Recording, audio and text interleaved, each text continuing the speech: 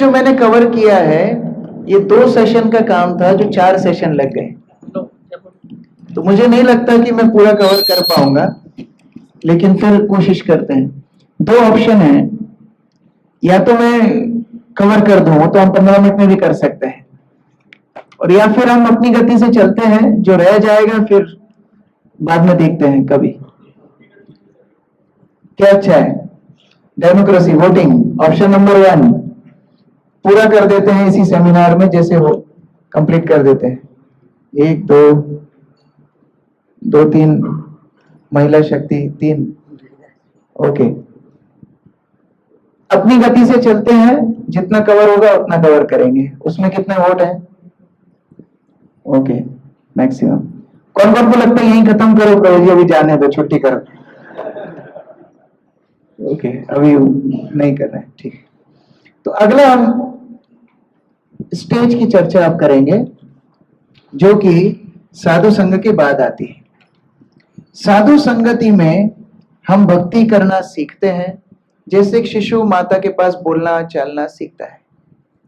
अब जो स्तर है वो आता है भजन क्रिया। ये भजन क्रिया 2 प्रकार की होती है, एक निष्ठिता भजन, एक अनिष्ठिता भजन। अनिष्ठिता भजन मतलब जिस भजन में निष्ठा नहीं है। अच्छा, भज धातु का अर्थ होता है सेवा। भजन से हमें वही कल्पना आती है ढोलक मंजीरे वाला भजन, लेकिन भजन अर्थ होता है सेवा। भगवान की प्रेममय सेवा को भजन बोलते हैं।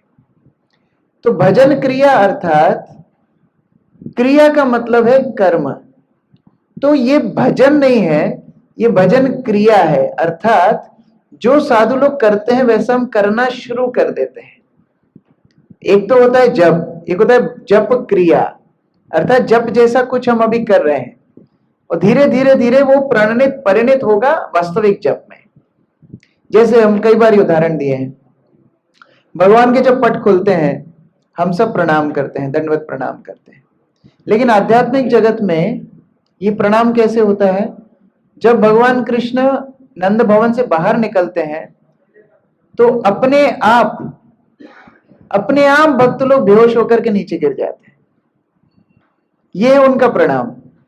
तो ये हुआ भजन, और हम लोग उसको क्रियाबद्ध कर दिए हैं कि यहाँ अल्टर खुलेगा तो ऐसे प्रणाम करना है। ये अंतर हुआ भजन और भजन क्रिया में। अब ये भजन क्रिया 2 प्रकार की, निष्ठिता अर्थात निष्ठा के साथ। कोई भी हमारे भजन को रोक नहीं सकता, तूफान आए, आंधी आए, कुछ भी आए, कोई रुकेंगे नहीं। अनिष्ठिता मतलब निष्ठा नहीं है, कभी नरम कभी गरम, कभी भक्ति होती है कभी नहीं होती है। अनिष्ठिता भजन क्रिया। तो हम यहाँ पहले चर्चा करेंगे अनिष्ठिता भजन क्रिया की। अनिष्ठिता भजन क्रिया को पौगंड अवस्था के साथ तुलना की है कि जैसे एक बच्चा 5 से 10 वर्ष की आयु में होता है, तब वो थोड़ी मैत्री करना शुरू करता है, दोस्त बनाता है, भक्तों जैसा आचरण करना शुरू करता है, ये सारी चीजें शुरू करता है भजन क्रिया में। He learns to act.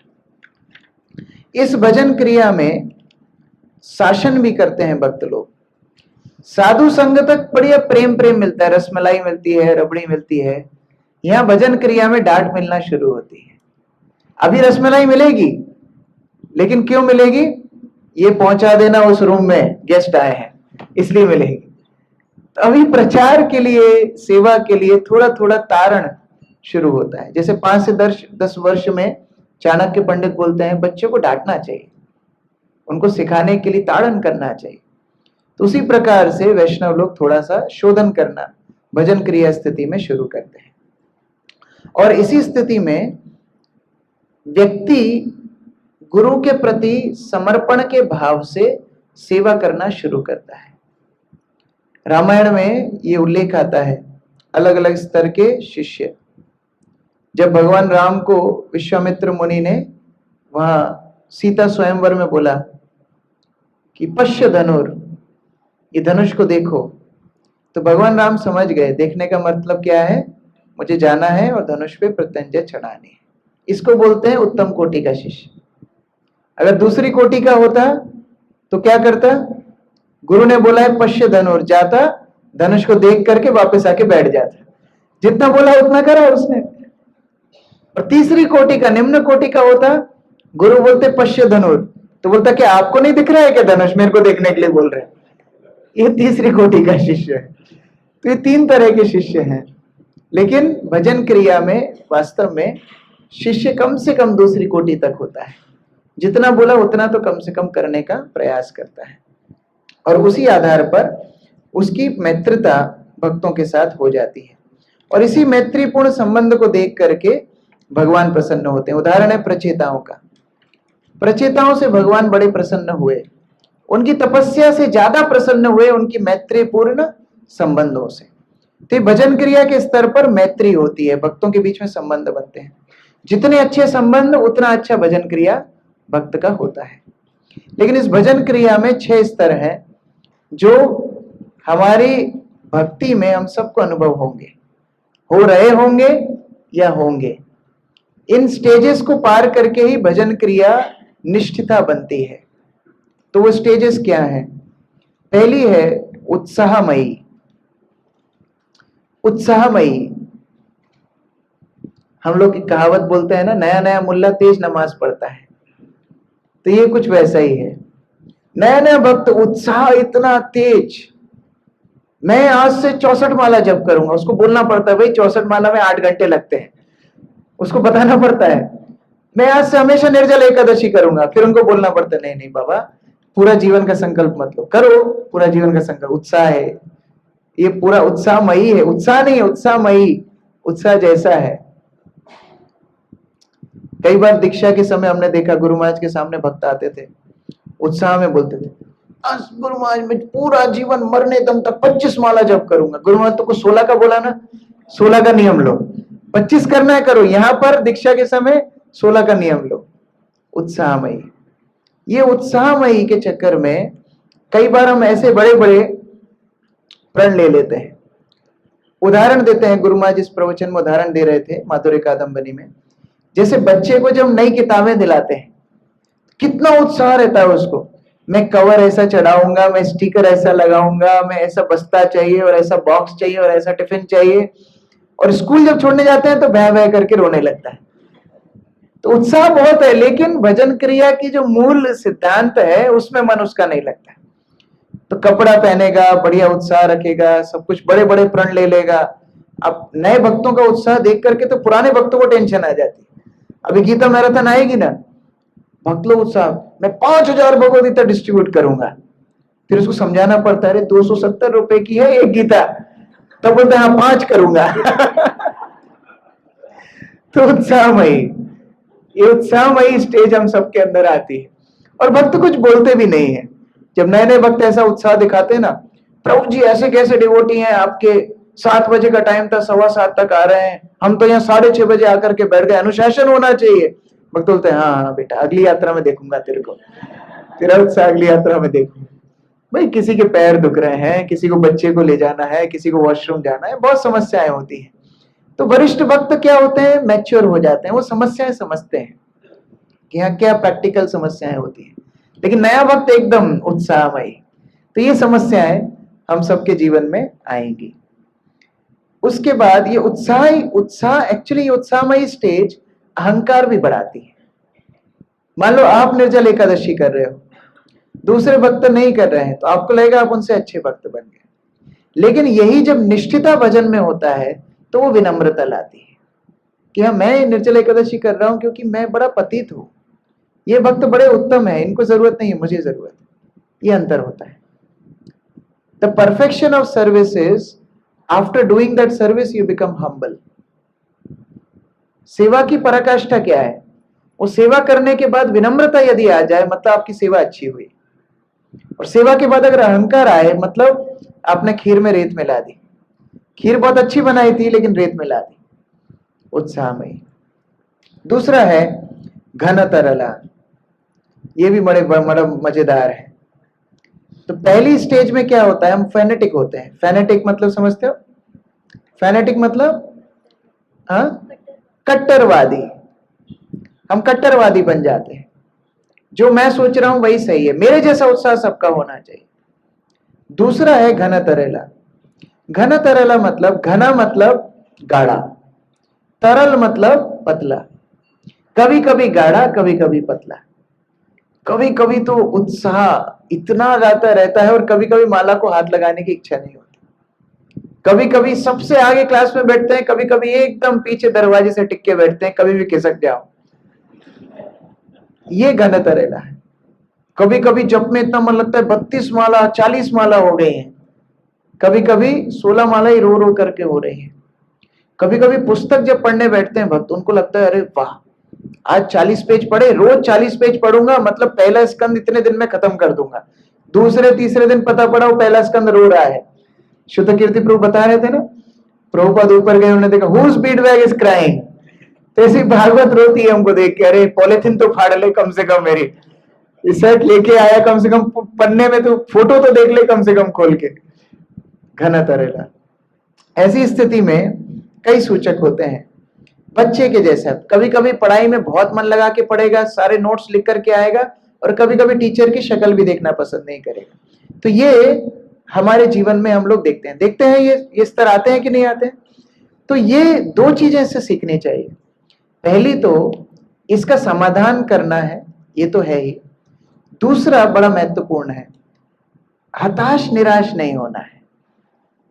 ये पार्ट है, ये प्यूरिफिकेशन प्रोसेस है, आप उससे गुजर रहे हो, ये होने वाला है।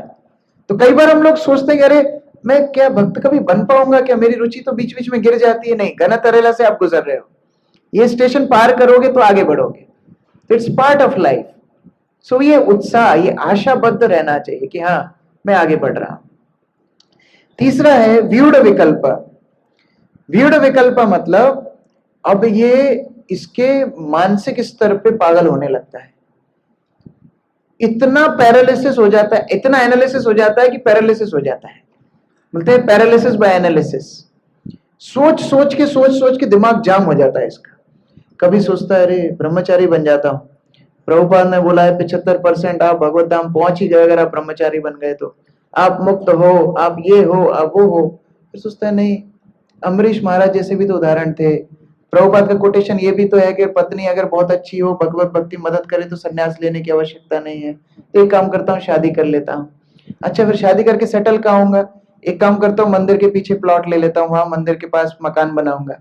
लेकिन मकान वहां बना लूंगा तो फिर भक्त लोग बार बार सेवा के लिए बुलाएंगे, तो थोड़ा दूर भी रहना चाहिए, इतना पास भी नहीं रहना चाहिए। ये होता है व्यूढ़ विकल्प। बार बार सोचता ही रहता है पागल जैसे। यहाँ पर उदाहरण दिए, शैल आई जस्ट, अच्छा हिंदी पुस्तक देना, हिंदी यहां पर दिए हैं। क्या मैं अपना जीवन पारिवारिक जीवन में खुशी से बिताऊं, अपनी पत्नी और बच्चों को कृष्ण के प्रति जागरूक करूं और भगवान की पूजा करूं? ये भी तो जिम्मेदारी है।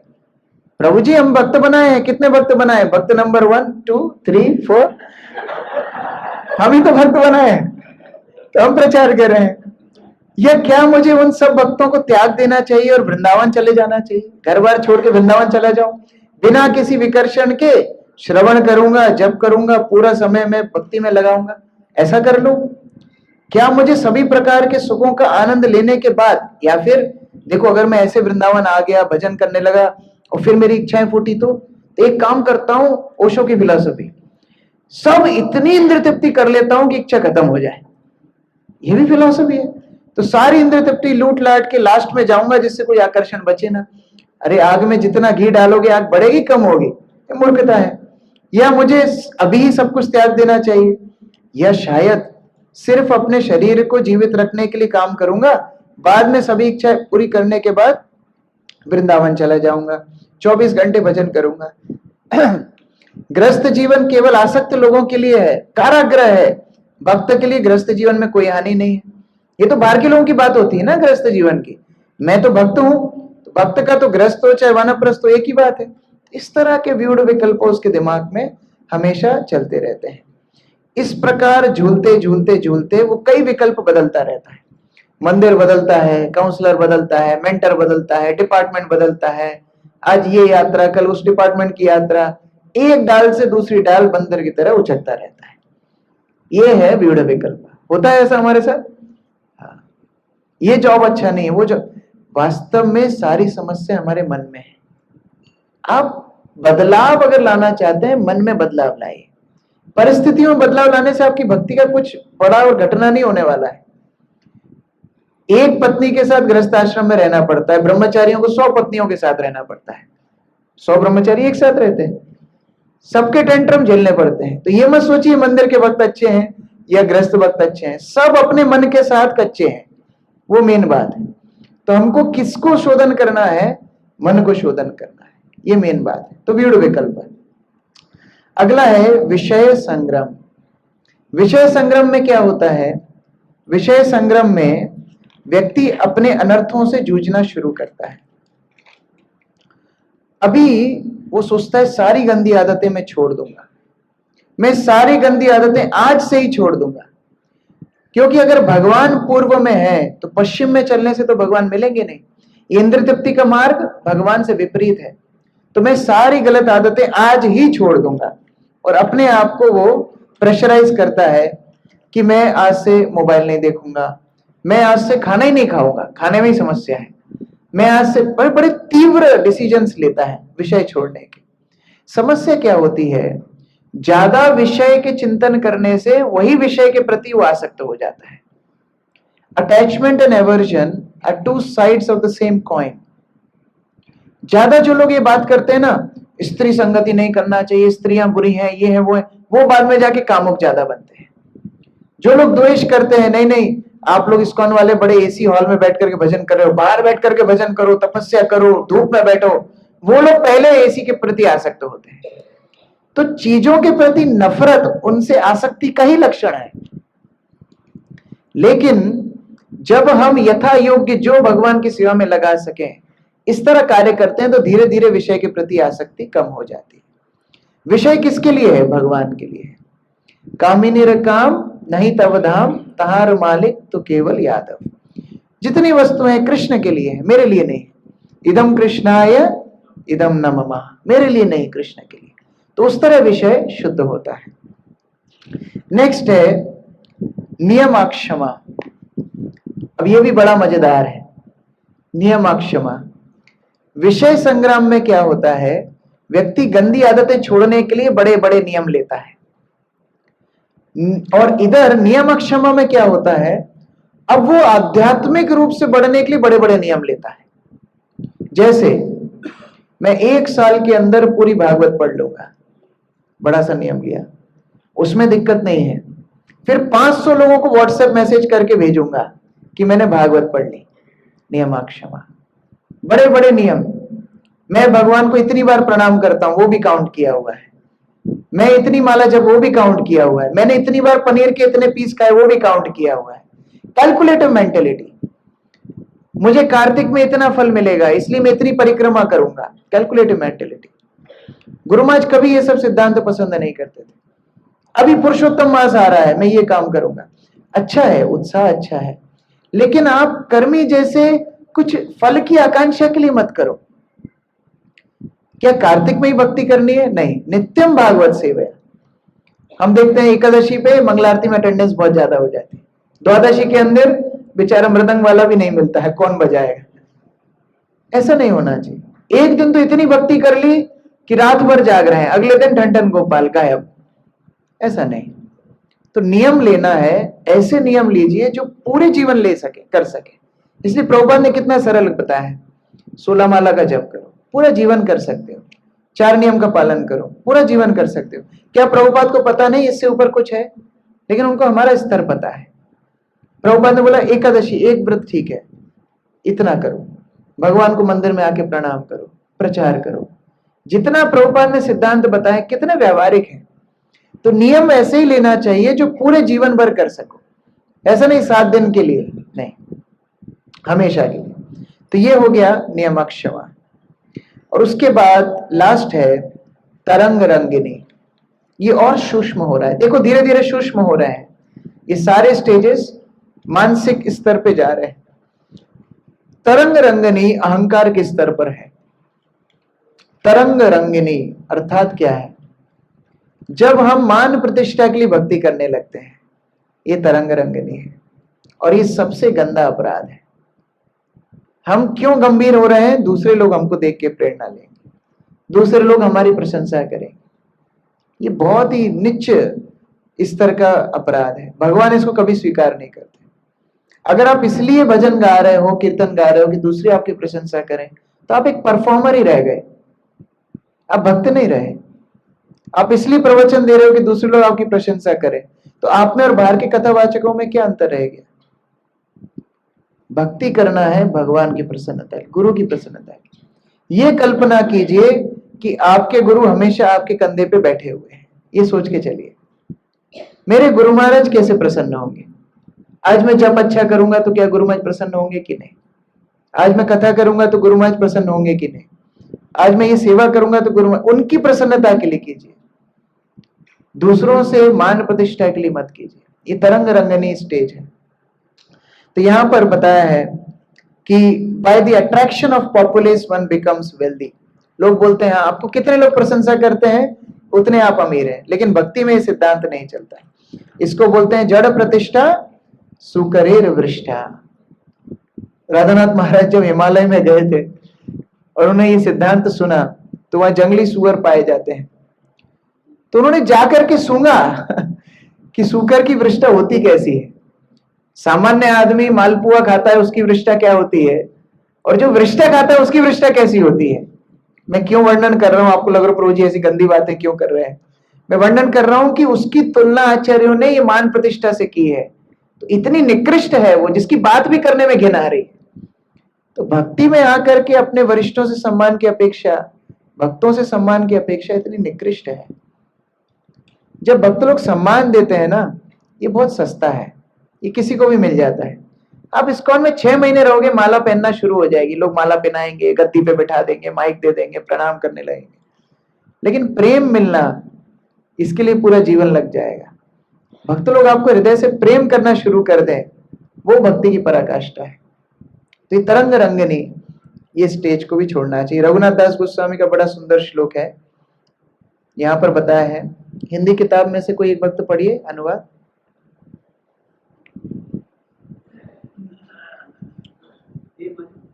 हाँ,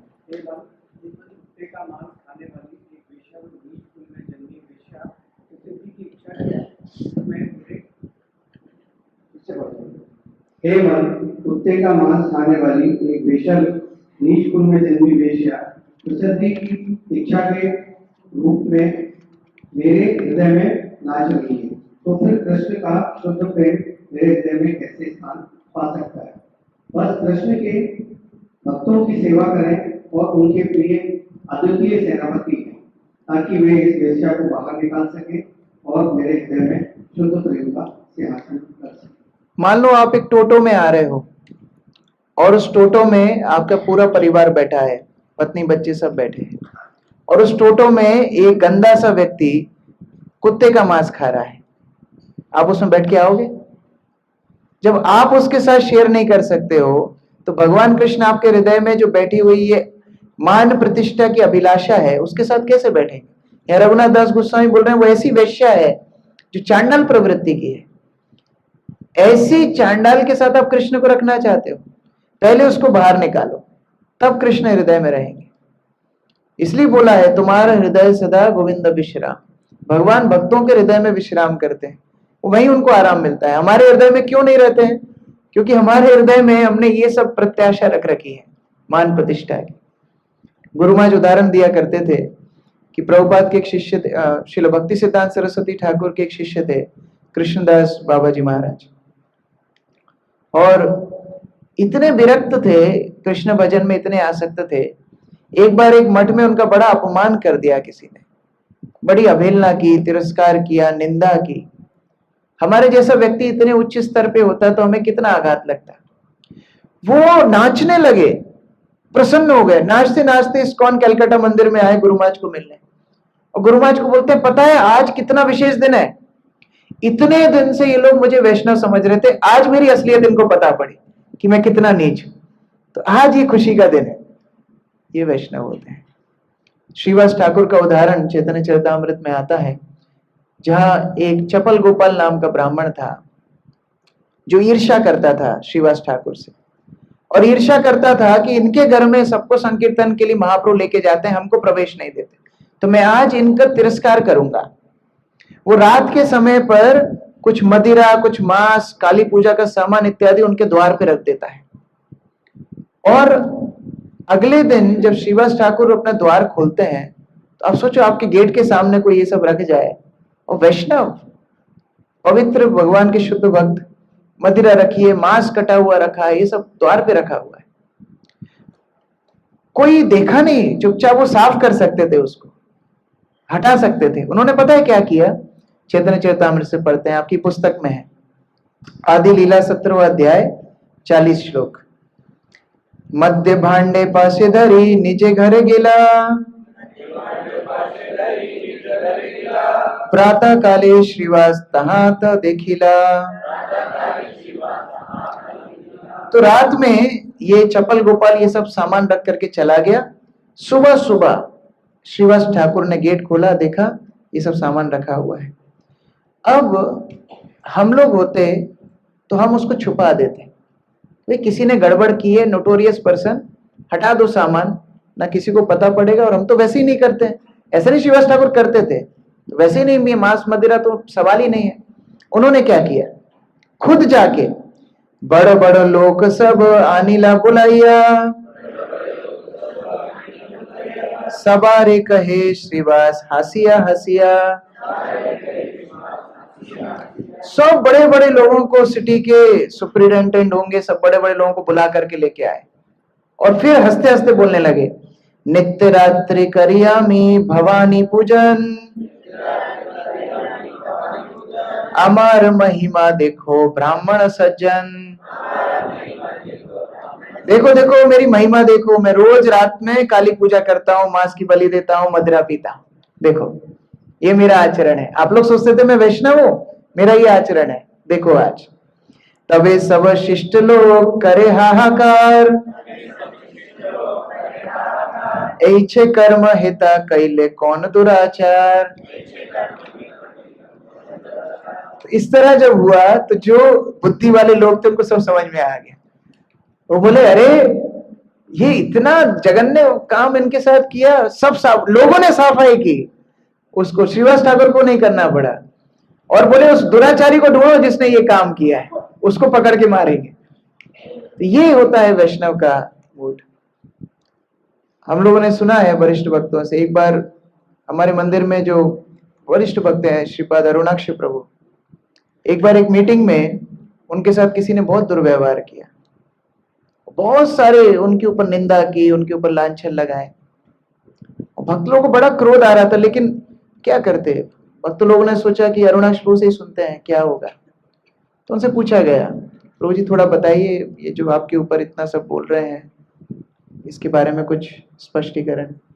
प्रभु जी बोले, ये जो कुछ बोल रहे हैं सही बोल रहे हैं, ये सब मेरा ही दोष है, ये सब जितना भी इन्होंने बोला एकदम ठीक बोला है, ये मेरी गलती है। अब ये सुन के आप क्या करोगे? सब भक्तों ने मिलके उसको उठा के बाहर फेंक दिया जो बोल रहा था। तो ये वैष्णवता है, जहां हम मान प्रतिष्ठा से दूर रहे। हाँ, जहां जरूरी है, देखिए स्पष्टीकरण भी जरूरी है। हम श्रीवास ठाकुर नहीं है, हम कृष्णदास बाबा जी नहीं है, हम अरुणाक्ष प्रभु भी नहीं है। स्पष्टीकरण करिए, लेकिन विनम्रता के साथ। लेकिन कम से कम, ये तो मैं बता रहा हूं पॉजिटिव हाइट, कम से कम नेगेटिव तो नहीं जाना चाहिए, मान प्रतिष्ठा की आशा तो नहीं करना चाहिए, ये तरंग रंगनी से बचना चाहिए। तो अभी हम थोड़ा सा एक लास्ट एक्सरसाइज करेंगे, उसके बाद आपको प्रसाद मिलेगा। प्रसाद आ गया ना? प्रसाद आ गया। 10 मिनट और भूख टॉलरेट हो सकती है कि प्रसाद के बाद शुरू करें? कितने लोग चाहते हैं पहले प्रसाद ले लें? ईमानदारी से कितना टाइम हुआ है? 10 मिनट, ज्यादा नहीं लूंगा, 10 मिनट्स। आपको गिनती करनी है फटाफट, ठीक है? गिनती करनी है 1 से 6 तक। कितनी करनी है? 1 से 6 तक। शुरू कर दो प्रभु यहां से, आप प्रीचर्स नहीं, बाकी वक्त। शुभम, हाँ ठीक है। 5 6 1, 1 से 6 तक ही। 1, विनोद प्रभु 4, अपना नंबर याद रखना, पीछे यहां बोलो 1, वो 6 है अंकित प्रभु। 1,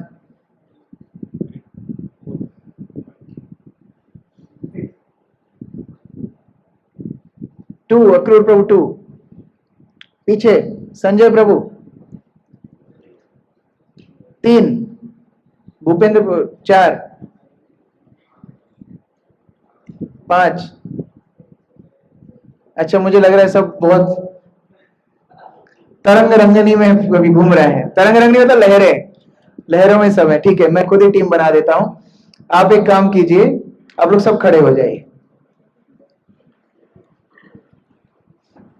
सब खड़े हो जाइए। हो गए सब खड़े? अब जिनके नाम ए से लेके ई तक शुरू होते हैं वो यहां पर आ जाओ। ए से लेकर ई तक जो लोग के नाम शुरू होते हैं सब यहां पर आ जाओ। हाँ, प्रभु लोग अलग, माता लोग अलग। प्रभु लोग, माता लोग अलग। ए से लेके ई तक अपने नाम तो याद है ना कि वो भूल गए? याद है। ए से लेकर ई तक यहां पर सब बच्चों आ जाओ। फिर आगे क्या होता है? एफ से लेके बताओ कुछ संख्या। जे तक, एफ से लेके जे तक जो लोग हैं बीच में आ जाओ, बाकी सब पीछे जाओ, बाकी सब पीछे जाओ।